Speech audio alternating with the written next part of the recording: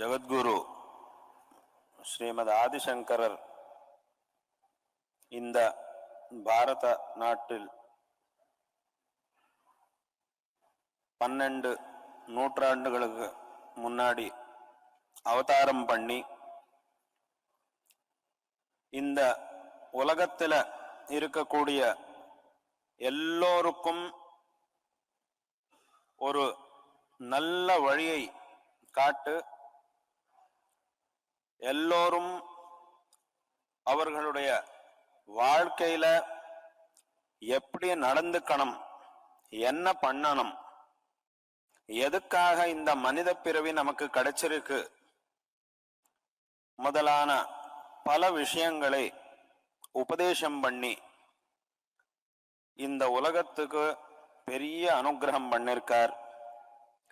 அதுலேயும் ரொம்ப சிறந்த அத்வைத தத்துவத்தை இந்த உலகத்துக்கு உபதேசம் பண்ணிருக்கார்.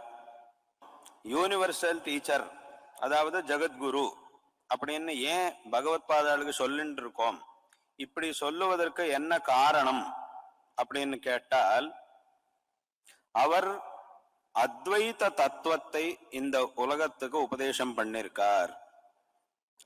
சரி, அத்வைத தத்துவத்தை உபதேசம் பண்ண யூனிவர்சல் குரு அப்படின்னு ஏன் சொல்லணும் அப்படின்னு கேட்டால், இந்த அத்வைத தத்துவம்ங்கிறது எப்பேற்பட்ட ஒரு தத்துவம் என்று கேட்டால், இதை நாம் தெரிந்து கொள்வதற்கு அப்புறம், தெரிந்து கொண்டால் அதுக்கப்புறம் இந்த உலகத்துல தெரிஞ்சு கொள்ள வேண்டிய விஷயம் இன்னொன்னு இருக்கவே இருக்காது.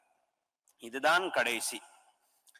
இந்த உலகத்துல எவ்வளவு விஷயங்களை, எத்தனை விஷயங்களை நாம் தெரிந்து கொண்டாலும் இன்னும் தெரிஞ்சு கொள்ள வேண்டிய விஷயங்கள் பல இருக்கும். இன்னும் இது இருக்கு, இதுக்கு மேல அது இருக்கு, அதுக்கு மேல அது இருக்கு, அதுக்கு மேல அது இருக்கு. இப்போ சில விஷயங்களை கற்றுக்கொள்வதற்காக ஒருத்தர்கிட்ட போறோம், அவர் நமக்கு சில விஷயங்களை கற்றுக் கொடுக்கிறார். அது ஆனதுக்கு அப்புறம் இன்னும் இதுக்கு மேல சில விஷயங்கள் இருக்கு, அதுக்காக இன்னொரு குரு கிட்ட போயிட்டு இருக்கோம், அவர் நமக்கு சொல்லி கொடுக்கிறார். அவர்கிட்ட சில விஷயங்கள் எல்லாம் கத்துண்டாச்சு.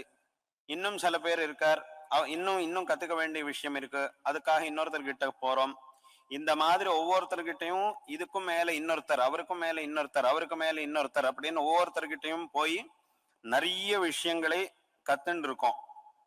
ஆனால் எல்லாத்துக்கும் மேல, இப்ப எந்த விஷயத்தை தெரிந்து கொண்டாலும் அதுக்கு மேல தெரிந்து கொள்ள வேண்டிய ஒரு விஷயம் எப்பவும் இருக்கிறது. ஆனால் பகவத் பாதாள் ஆதிசங்கரர் என்ன ஒரு தத்துவத்தை உபதேசம் பண்ணிருக்காரோ, அத்வைத தத்துவம், அப்பேற்பட்ட அந்த அத்வைத தத்துவத்தை நன்றாக புரிந்து கொண்டால் அதுக்கப்புறம் தெரிஞ்சுக்க வேண்டிய விஷயம் இன்னொன்னு கிடையாது.